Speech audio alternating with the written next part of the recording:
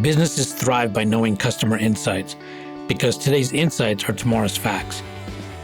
At iResearch, we live and breathe insights. And despite searching high and low, we were unable to find a customer insights podcast that answers one of the most important questions in business. Why do customers do what they do? So we launched one. Hi, I'm your host, Darshan Mehta. I'd like to introduce Kory Grushka. He is an entrepreneur, creative director, and previously a successful corporate lawyer. He is the founder and creative director of Stories Bureau, a boutique creative agency focused on B2B content and working with Fortune 500 companies. They work across industries with particular expertise in consumer packaged goods and technology. In addition to his work with Stories Bureau, he consults on business development, strategy, positioning, and branding design matters, among other things. Kory, I want to welcome you. I look forward to talking to you. Thanks so much. I'm happy to be here, and likewise.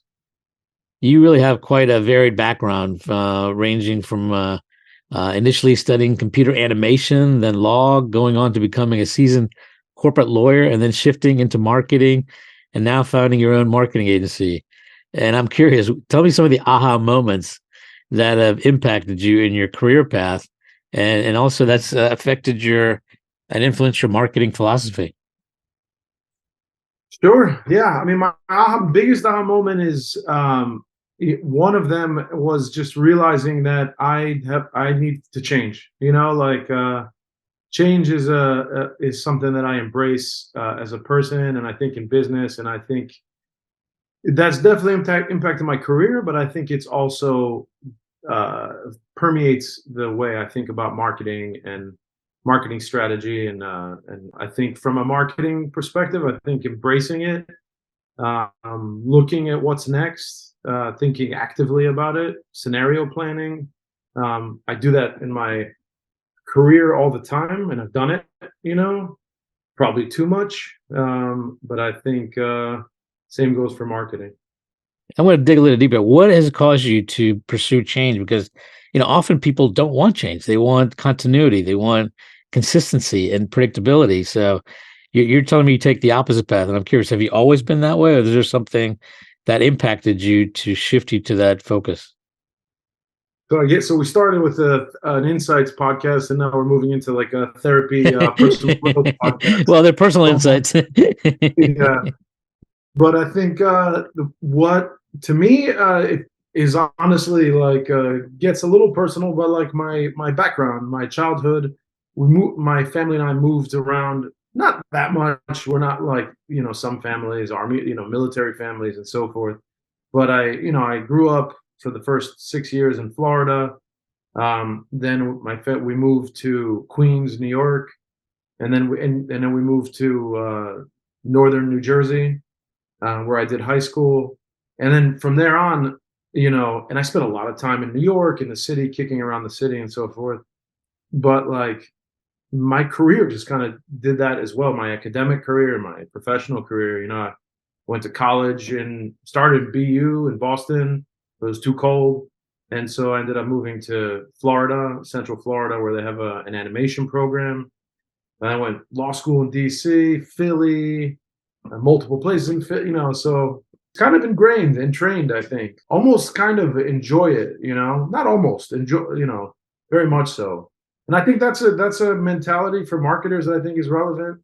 Also, kind of like taking passion or inspiration in thinking about scenario planning and the future and what's out there and experimenting and so forth. I agree with you. And I actually think it's very related to insights because often I think, and we'll talk about this in a minute, is, people have different views on what actually is an insight. But I think, being open to change and looking for change often gives you the ability to see insights where maybe others may not have seen them at all. What do you think? Yeah, I mean, that is what insights is intended to be, insightful. And I think that's sometimes where it it doesn't always deliver on it. I think that's one of the challenges. It's a really hard field. You're kind of like forming the future, you know what I mean? Like insights is all about like, what are we doing? Where does our brand, where does our product, where does our marketing, like how do we position ourselves in the future?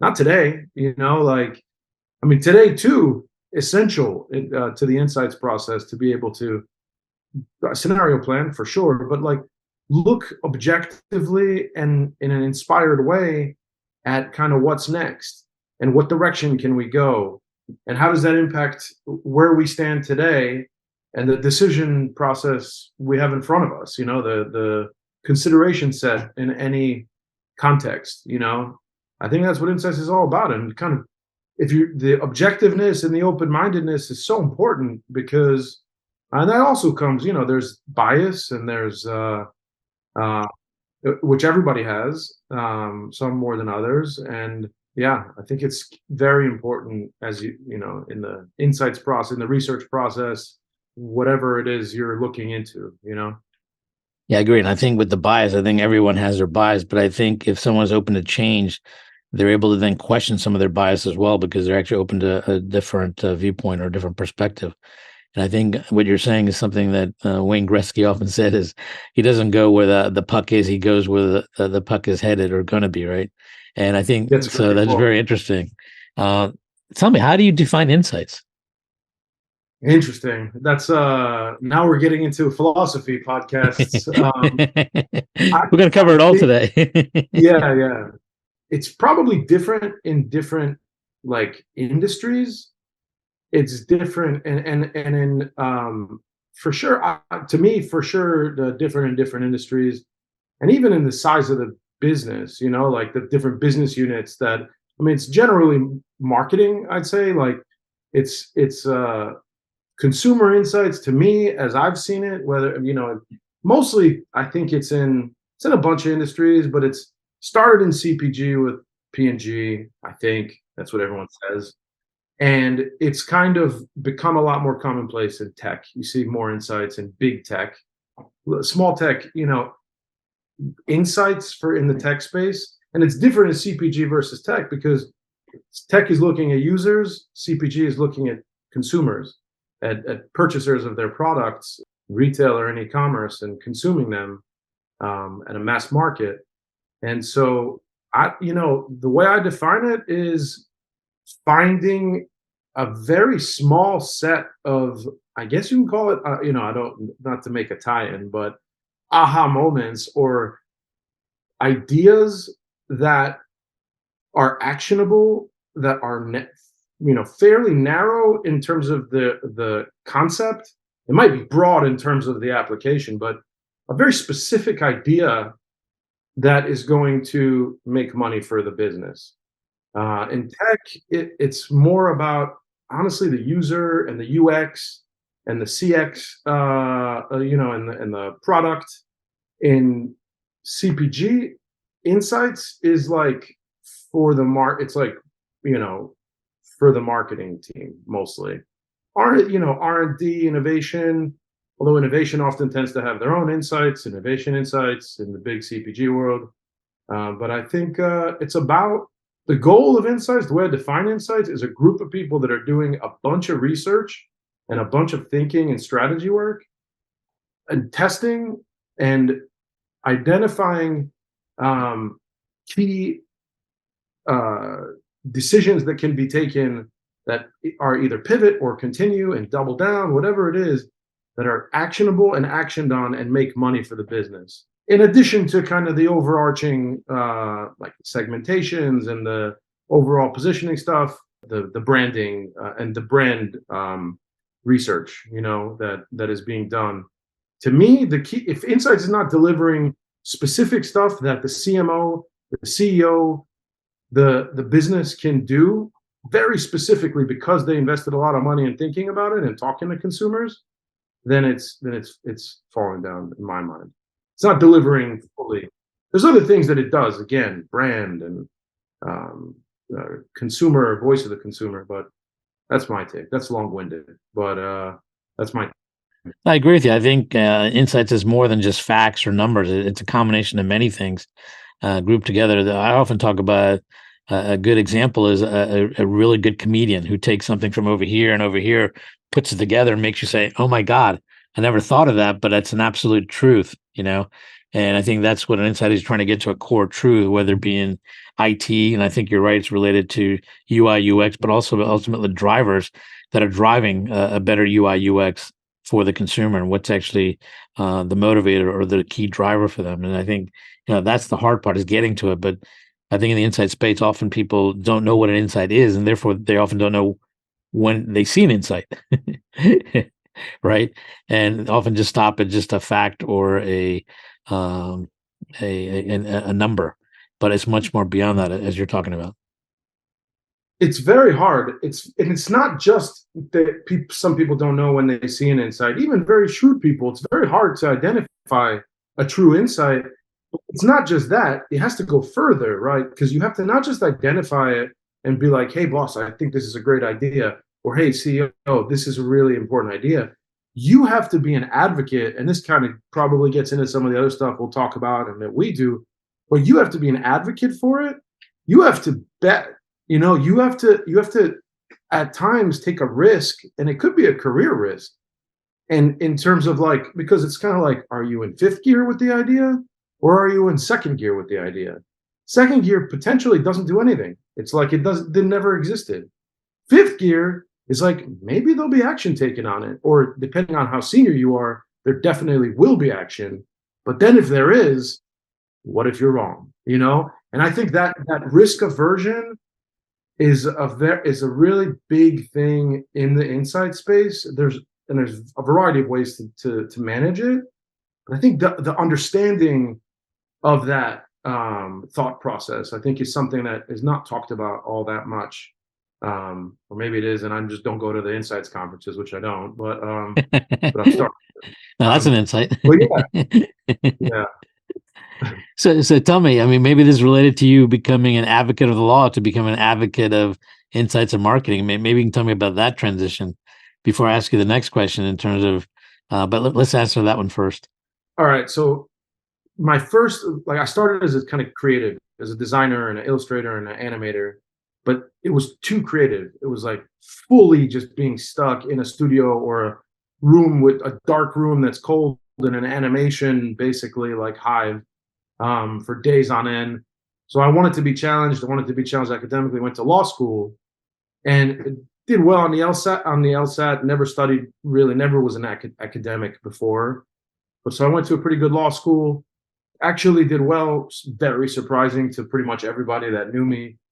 And then I ended up having a career as a corporate lawyer. I really always wanted to be an entrepreneur, and I was always intrigued and enjoyed creative and design. Um, and I was like, when I got to be a lawyer, I told my suite mate, or the lawyer that was at the office next to mine, that I'm not going to be here for more than like 2 years max. And I ended up being there for 8 years, and I ended up getting this kind of like diverse, like complex degree, basically, in advising high-end business people, and thinking about business problems and looking at business structures. You know what I mean? Like, that's what corporate lawyers do. And I think, and by the end, I was like, I finally, I had to get out. And so I ended up transitioning to my secretary's husband had a branding agency. He brought me on as a salesperson, basically, and was there for they did all CPG stuff. And it was there that I first learned about insights. We did brand strategy and package design, but CPG companies started coming to us and asking us for, do you do infographics? Do you do videos? And at first it was like one of the big beverage companies. Do you do infographic? Can you do it? It was a buddy of mine at an innovation firm and said, can you do infographics for a segmentation? I was like, I don't know what an infographic is, and I don't know what a segmentation is, but definitely.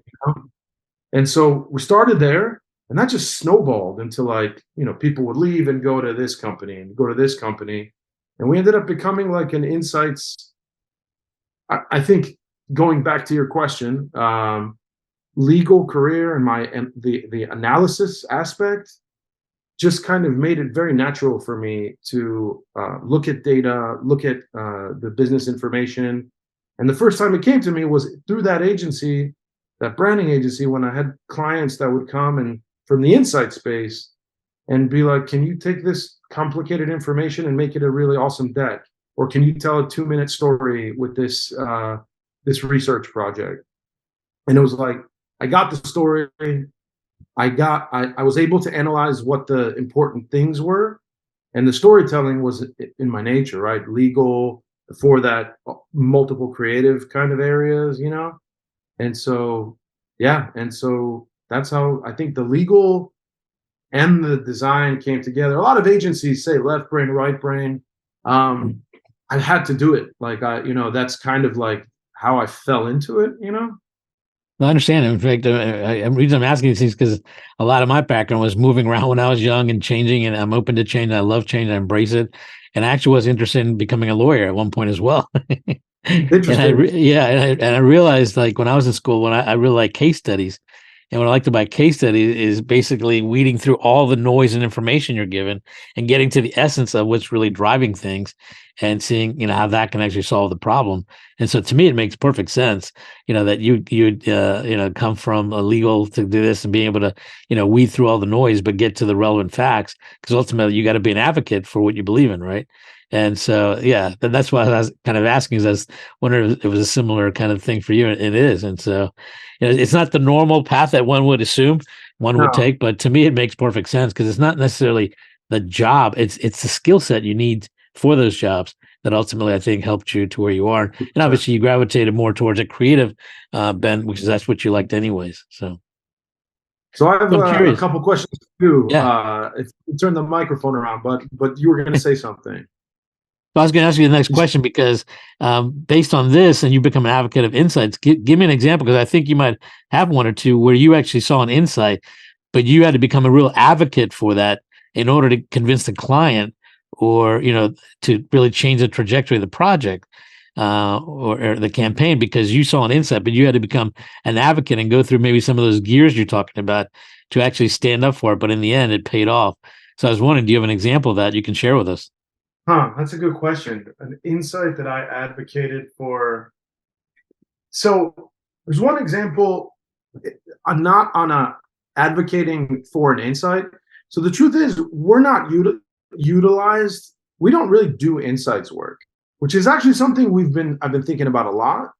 Because we're so close to it, and it's definitely we have so many irons in the fire as a business that this is like much lower in the higher in the checklist for us to do as a business to actually get into insights work.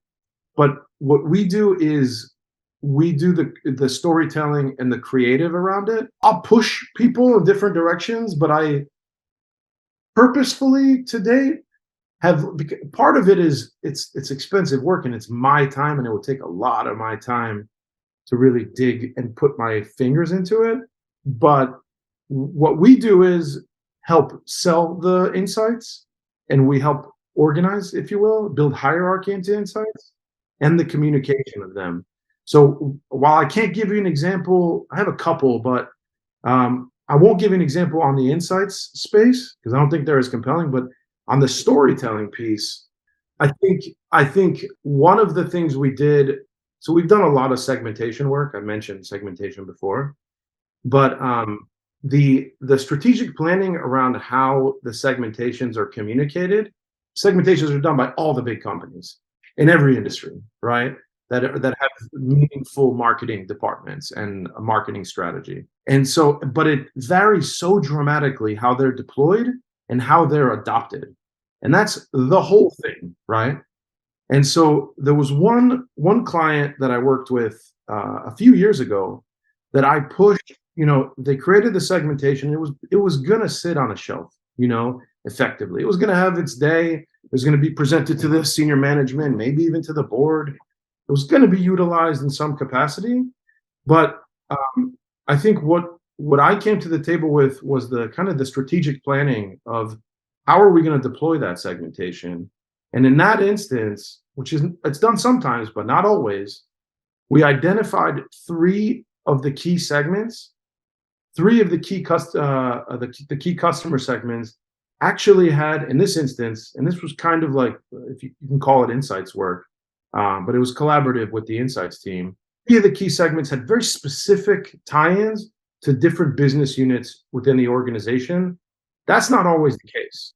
Oftentimes it's just marketing, but in this case, marketing, product. One of them was like, innovation needs to just ride this. Like this is for sure an area that needs to be. We need to pump money into at least one product from an innovation perspective. So R&D, and so there was emerging markets, kind of like there was one unique opportunity. And so in this particular case, we looked at the segmentation, and we identified these handful of segments out of 10, 15, and we really focused on that, the communication, and we focused with those audiences that they're most important for, right? So it wasn't just, here's the 12 segments, here's the 5 we think are the most important. Let me do a presentation to you. We created effectively like a communications program, looking at the different audiences, looking at their priorities, at their dependencies, at their biases, and at their kind of like, what do they care about, like in their effectively careers, right? Who are they reporting to? And we created different versions of the deck that focused differently on different segments. We prioritize in terms of the amount of slides, the story we're telling. We created a story for each of the 5, but we didn't share the same story for each of the 5. We took that one story for the first segment, number 1, and we led with it for this group. And we almost kind of templatized the deck. This can't always be done. It's not always so clean, but sometimes it is. And I think the key insight, if I was going to say anything to somebody that's kind of like working with a segmentation or working with a study like this, they're not all that as important as one another. And you need to create some level of hierarchy in terms of how much you're speaking to each one. You need to prioritize. And that'll be different across all of them. Sometimes it's one, right? And if it's one, don't be ashamed of it. You know what I mean? It's like, oh, well, I only have one segment that came up in my research. I gotta talk to all 10, otherwise I look like I didn't do anything, or this wasn't effectual. Whatever it is, like, back it, with hierarchy, with the amount of time you're talking about it, the number of slides in the deck, the weight you're giving to it in the story, basically. Mm-hmm.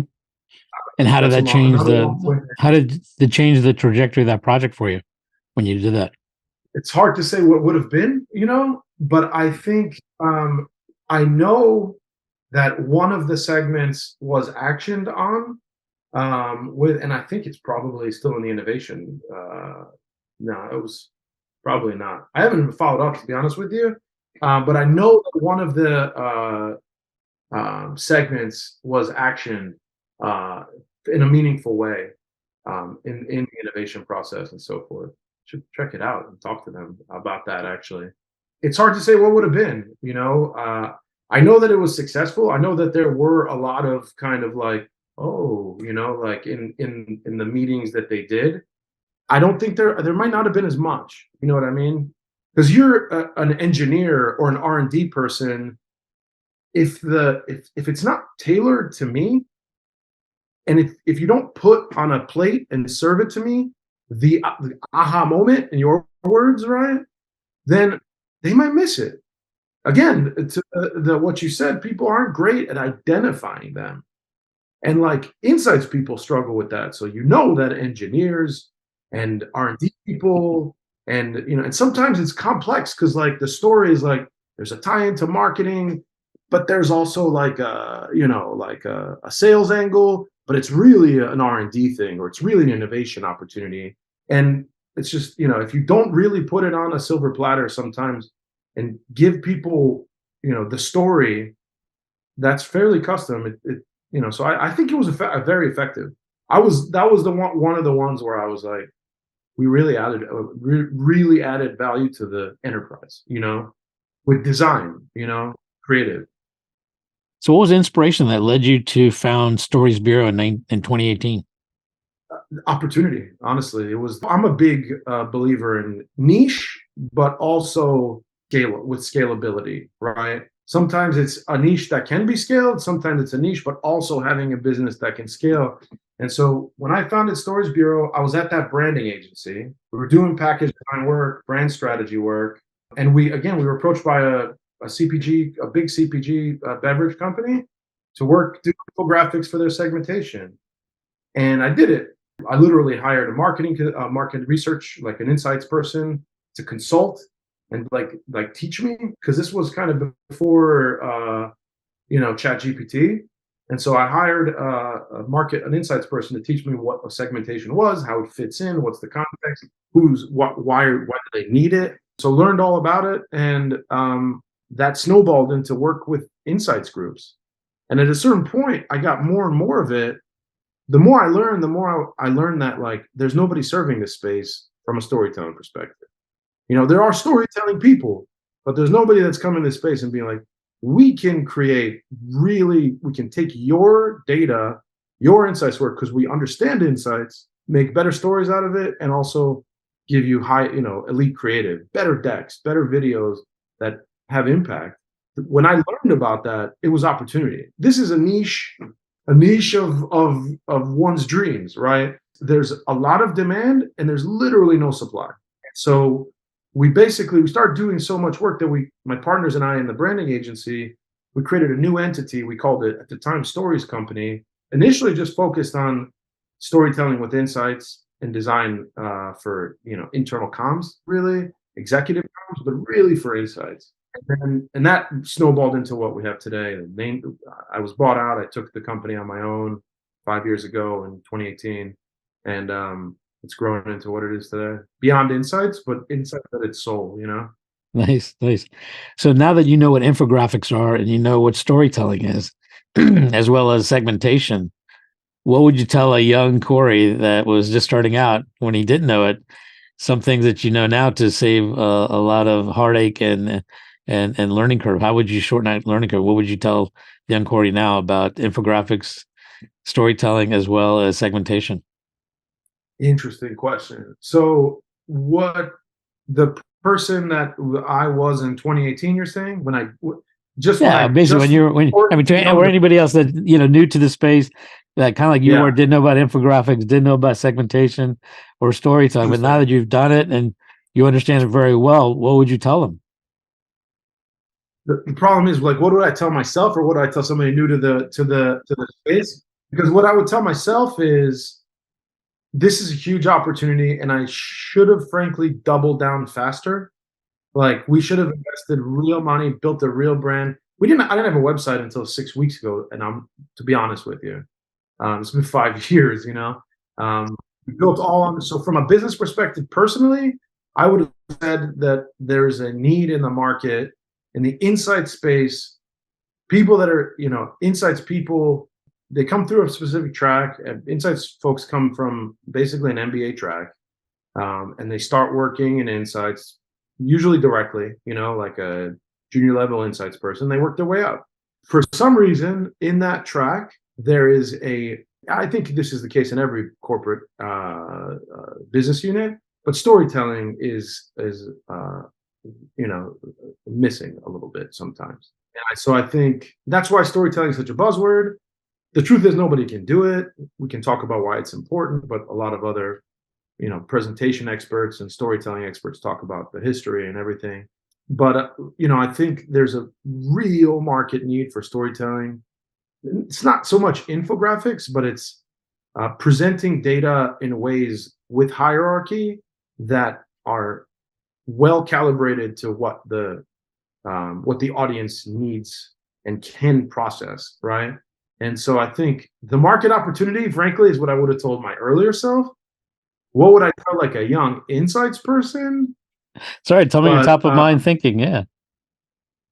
one thing I'll say is that you should be willing, as you grow in your career, consider taking risks, right? Like the issue, the idea. I think the idea of like identifying insights is hard. It's hard to teach. It's going to be hard to teach throughout your career, and that's kind of like, you got to do continuing education. You have to really study up as much as you can on a understand business. You know what I mean? Understand what drives businesses and how businesses are structured, and that's a hard thing. But I think the idea of taking of whether you're really good or not good at identifying insights, at some point in your career, you're going to have things you feel strongly about. You're going to see insights that you think are right. Push those. Um, you'll be wrong, and there'll be risk. And well, I guess you have to also figure out like just how much of a risk taker are you, but probably be a little more biased in wherever you are. Maybe push the degree of risk you're willing to take. You don't go from a person that takes no risk and is just going to do their job and deliver what's asked all the time their whole career. You don't go from that to being like a huge risk taker and like walking into the CEO's office being like, you need to do this, like you're not going to do that, right? But you can move it a little bit, move the needle, have a bias towards taking a little more risk when you see an insight. And I feel like insights people know it, and there's always conversations where it's like you feel strongly, but you just get quashed, or you feel strongly and you could take it up to another, like a different type of conversation, but you don't go there. Maybe sometimes go there, So that's one thing I would tell an insights person.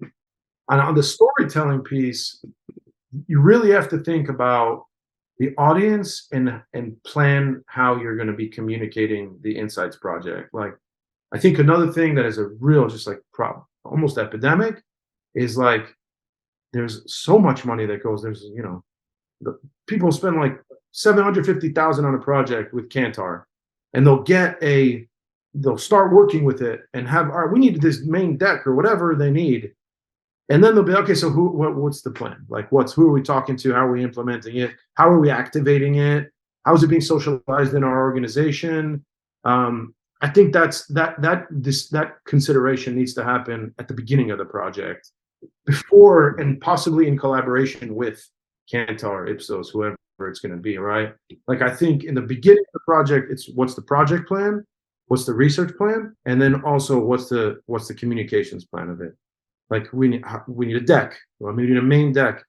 We're going to probably have multiple customized decks, And at a certain point, you plan for it, and stuff bubbles up, like that segmentation project that I did. Okay, we need 3 sub decks. This one is going to be presented to this group in this types of meetings or whatever. And I need a sizzle video. I need a documentary short. I need a video for each of the segments. I need a video for the core segments. This is who we're using for it. Okay, we're using our internal team. We need to save money. Like, let's just use our internal team. Let's lean on Kantar. What can they do within scope? What I would tell a young person. This is all. I'm pretty long-winded here, but what I would tell myself is huge opportunity for storytelling with insights. And what I would tell a young person is take risks with the insights that you find that you're passionate about from time to time throughout your career. And then also plan early and often in the projects that you do that have, any level of heft to them, for the communication, how you're going to communicate and to whom the research study. Mm-hmm. You've talked a few times about hierarchies in storytelling.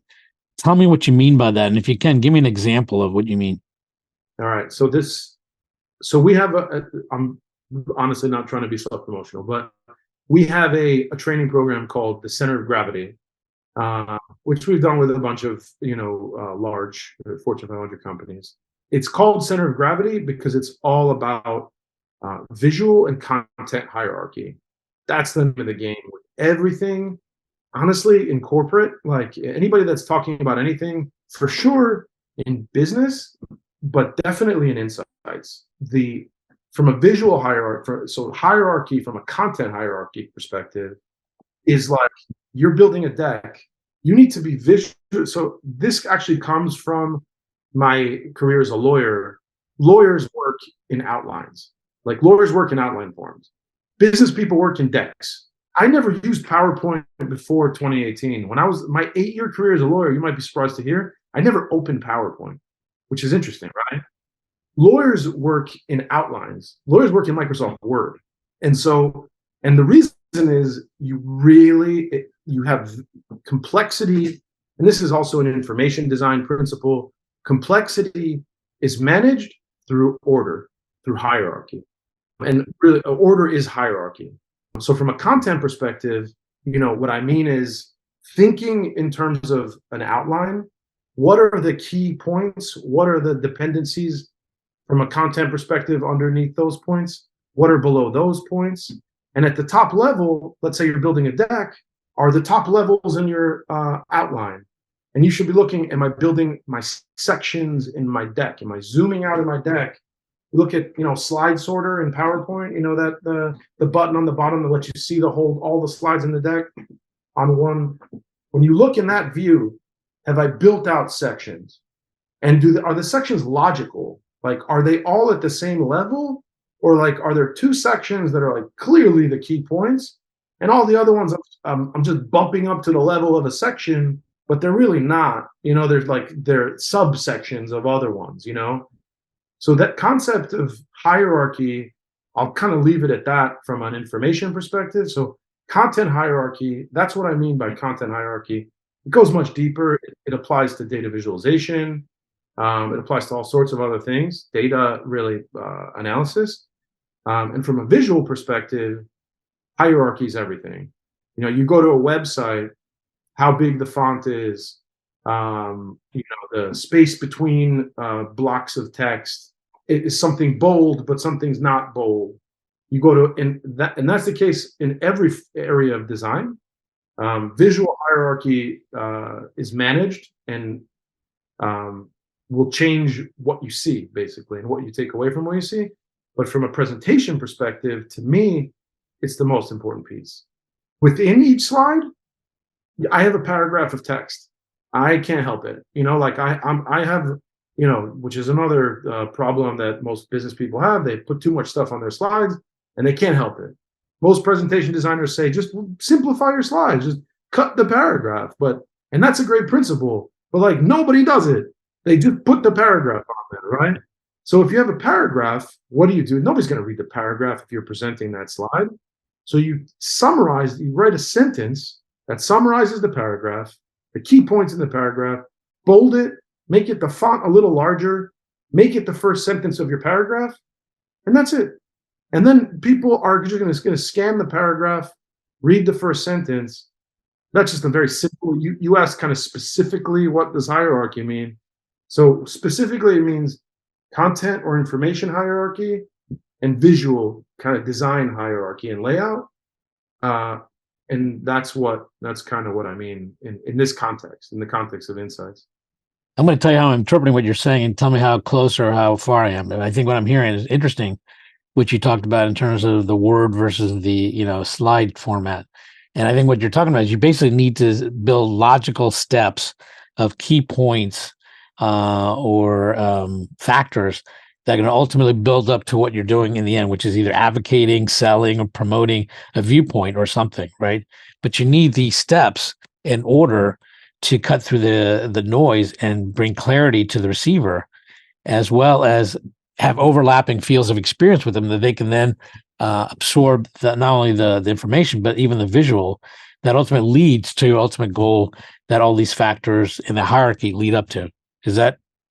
I realize as I'm talking through this that I'm kind of talking through my presentation. Some of this needs to be visual to be very clear. Yeah, what I'm saying, I think what you're saying is right. The only caveat is what you're saying. I think what you're saying speaks to the story structure, the narrative structure. You said like leading up, right? Like the information is organized in a way where it's leading up to, and which is it's a little separate, right? That's a thing, right? The narrative structure of every deck, of every insights report, of every story, of every strategy presentation, of every investment banking pitch has to have a story structure, or it should have a story structure, right? And there's different story structures. The most common, you lead up to some conflict or a challenge or whatever, and then it gets resolved. Which is kind of, I think, where you were heading, right? Like the idea of like, um, does it lead? It leads somewhere. You organize the information in a way that it leads somewhere, and I think that's right. The story structure needs to be there, but kind of what I was saying is a little different. What I was saying is, if it is the story structure, like every deck effectively has a script. Like every deck that you build has notes on each slide, and it's scripted basically. It's some more than others, but every deck has a script. Every script, you think about a script that's beginning to end, has some form of beginning to end.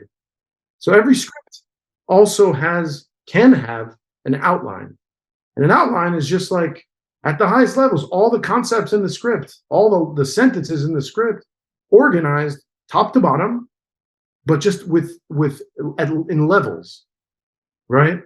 And so, like, when you think about a deck, when you think about a story that you're telling in a deck form, whether it's organized by sections, like expressly in the deck, or not, I think you need to be thinking about the information, the organization of your information. Yes, it's probably and should be in a narrative format, where you resolve a problem or there's a conflict, but also you need to be able to kind of almost visualize the information from in terms of what's more important, what relates to what. You need to be able to zoom out again with the slide sorter in PowerPoint, see the deck, and say, oh, okay, it makes sense that it's moving in this direction, but also it makes sense that it's organized within each of these areas in this way.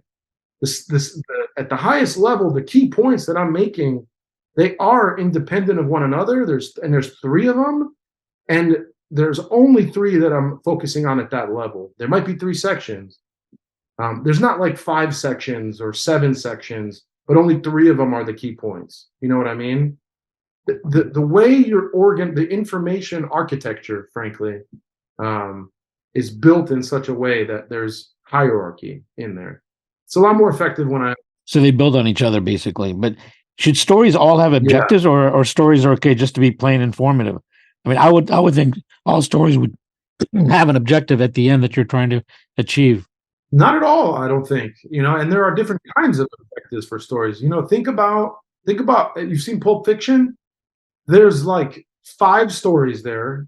They're out of sequence. They don't go beginning to end. They don't all go resolution. They don't all end fully resolved. So not every story has opening, introduction of problem comes to a head, problem is resolved, and then the denouement, like resolution and finish. Like a lot of them do, a lot of good ones do. That's probably the easiest one for non-storytellers. If you're not Quentin Tarantino, you probably don't want to build a deck bouncing around timeline wise and narrative structures and not having a real story for any, like a real resolution for any of them in some ways. So it's just, I think it's an easier, more intuitive template, that structure, but they don't all have it. And in business they don't have it too. Sometimes it's informational. Sometimes it's not like, here's the problem, here's how we resolve it. It's like, we have 3 problems, let's talk. It could be all sorts of things. I know you're a big fan of keeping up with innovation, so I'm curious, what role, if any, do you think AI is going to play in storytelling as we move into the future? This is another big one. I'm going to try to keep this short-winded. So in the interest of like, I change and I'm open to change, I've experimented a lot with AI and I'm pretty obsessed with it. Religiously listen to multiple AI podcasts, especially ones for marketers. The role that I think AI is going to have in storytelling, like in life, but especially in storytelling, is going to be profound. It already is profound. And I think today, I mean, like, so the AI I use Anthropic's Claude, I use ChatGPT, I use Runway, which is a video, the main video AI application out there now, and all the others I've experimented with. What it can do today is tell stories that are I mean, it builds stories in terms of like the characters, the names, the places, the uh, and tell those stories. It can write books, you know, it can write scripts. Yeah, right. It can build decks. It can design your decks. It can take. It's going to be in Microsoft. Everyone's going to have it within 365. It's called Copilot. You might have heard about it, but everyone's going to hear about it in the next 12 months. So all of the Microsoft apps, OneDrive, all of your files in the next, let's say 24 are going to have AI in them. You're going to be able to say, write me a deck about so-and-so, and it's going to just know where to go. Or you can tell it, use these 6 decks and build me the story for the CEO on this date, whatever. And it's gated, so you don't have a data security issue. So it's going to build decks. It's going to make documentaries. It's going to make videos. When you talk about storytelling, you're talking from an insights perspective, probably. It's going to identify insights. It's going to review all of your research work and optimize and help you optimize. Where it is in the long term is a very profound philosophical existential question. But in the short term, 2 to 5 years, I don't think it's hyperbole to say it's going to do any type of storytelling work that a human can do, probably in collaboration with humans, and amplify the storytelling capabilities and scale. Like the idea of like I'm a big Knicks fan. I'm a big New York Knicks fan, basketball, and I was a big fan in the '90s when they were really good. Pretty much today the technology exists to say, I want a 20-minute documentary about the 1990s New York Knicks, specifically in this year when they lost to the Bulls. Bam, you have a documentary. The concept of content on demand is going to have a profound change and just an explosion of content and storytelling. I think it's going to be interesting because I think the concept of editing and curation is going to be more what we do in the medium term and long term as people, and less about the creation, and less about this. A lot of the storytelling is going to initially be enhanced by AI and ultimately probably be generated by AI. But I think the human element still, to get the best AI, you still need the right human element to pose the question or the task to the AI to get it to do it properly too, right? And I think then I agree. Then the editing part's important too, but the AI can definitely do a lot of the legwork extremely fast, like unbelievably, and at least get you a basis upon which to build upon, edit, and change. So what you're referring to is like prompt engineering, right? What they call prompt engineering. And that's the thing, right? Like people that are better, quote, they write better prompts in the chat GPT is a value add right now for humans. The thing is though, for example, like some of the image creation apps are very complex to work with from a prompt perspective. You need a good human today to get like a really quality like illustration or image, in DALL-E or in Midjourney, which you might have opened before.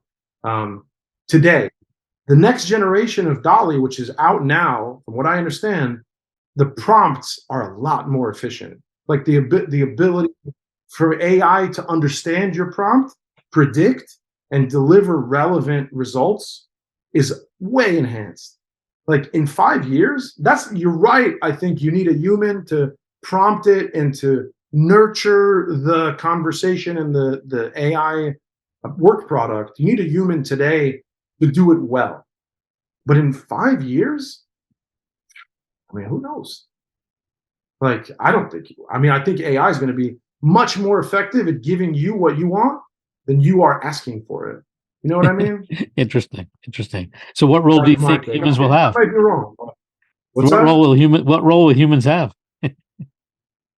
In the medium term, I think editors, curators, I think creators. In the long term, and I don't even know what that is. That could be 30 years, that could be 3, But in the long term, hopefully there listen, and that's why everyone's talking about it, the existential scenarios around AI and everything. But listen, I hope that we end up with a good result with our relationship with AI in the long term in terms of what role will humans have. But I think the best case scenario is that AI does most of the work for us, and there is a way to manage the benefits that it's going to bring, because it's going to bring insane benefits, and so like to distribute the benefits, to share the benefits in a way that if everybody benefits from it, like what role, I mean, do people need to be do people want to work, or if you have a menu of options that are amazing, that are don't involve work, that you can spend all your time on, and food prices are there's the deflationary effect on the price of food and the price of service and the price of everything. Maybe maybe world peace, the best case scenario. Let's not go into the Well, ultimately, directly. the application of AI will depend on how humans apply it as well, right? I mean, and like with anything, there's going to be good and bad, and hopefully, the good will prevail, and the bad won't be as bad. But we'll just have to see, as it unfolds. But I think it's interesting as AI. For me, AI is still a little bit more automated intelligence versus artificial, truly. And until it gets to the emotional aspects of what humans can do, and that level of decision making, and even discerning insights, I think that's going to be very interesting if it gets to that point, which I think eventually it will. Just not sure when. It's going to be That's even for more sure. interesting. Right. Yeah, yeah, yeah, The stuff that's on the frontier today is really bananas, like yeah. really mind. I agree. Like, and most people aren't looking at the frontier. You know what I mean? Most people Yeah, know if ChatGPT, maybe they've experimented, maybe they embraced it, or maybe they use Dolly or Midjourney for images sometimes. But they don't, like the stuff that is out there that you can see. It's like, what? It's bananas. Today, there'll be a need for humans. I hope we can build a world where it's human centric, like AI is crazy, right? It can take us it can take consciousness and human consciousness to different galaxies in theory. You know what I mean? Like, not to be like, it can do crazy, amazing things for humans. So I don't know. This was probably yeah, this is a passion point for me, as you might hear. So probably shouldn't have well, we'll gone have down to have this road. another podcast on that later on when we, as you delve more into AI and implications and where you think it's headed. It'll be a fun conversation. But let me ask you, if Sure. you were to have a conversation with anybody in AI or in storytelling or insights, who would it be and why? AI, I would probably like to talk to Sam Altman, who's the founder of OpenAI, the CEO of OpenAI, and the runs ChatGPT. Um, just like see what's going on there, with him, with the company, with insights. I listen to a lot of podcasts, and I'm a big fan of Scott Galloway. Have you come across Scott Galloway in the podcast space? I'm a big fan. He's so insightful. I'd love to kind of like sit down with him for half an hour and talk about like my business and the world of insights and other, like the other stuff we're doing as a business. Scott Galloway probably, and he's he founded Profit, which definitely does insights work, but more strategy. Um, and that was the question, right? There was nobody else you were asking about. Yeah, and storytelling. If there's another one for storytelling. Probably Quentin Tarantino. Like, just intrigued by. He's the most unique storyteller, I think, of our, of this generation, for like these generations. You know what I mean? Like the last 50 years. I think, my opinion. Yeah, I agree. He does a combination of bringing chaos and structure to it, but also visually too, and tying it all together. And it's quite unique for Tying it sure. all together. Yeah, It's crazy how he does it. Like, yeah. I mean, it doesn't make sense. Yeah, Well, it does and it doesn't, right? yeah. So that's the thing. Yeah.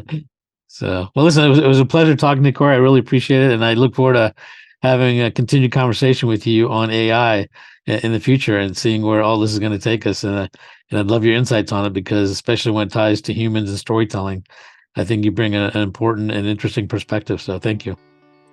I appreciate that. Yeah, I had a great time. Thanks so much. Yeah, it's a pleasure talking to you. Thanks again.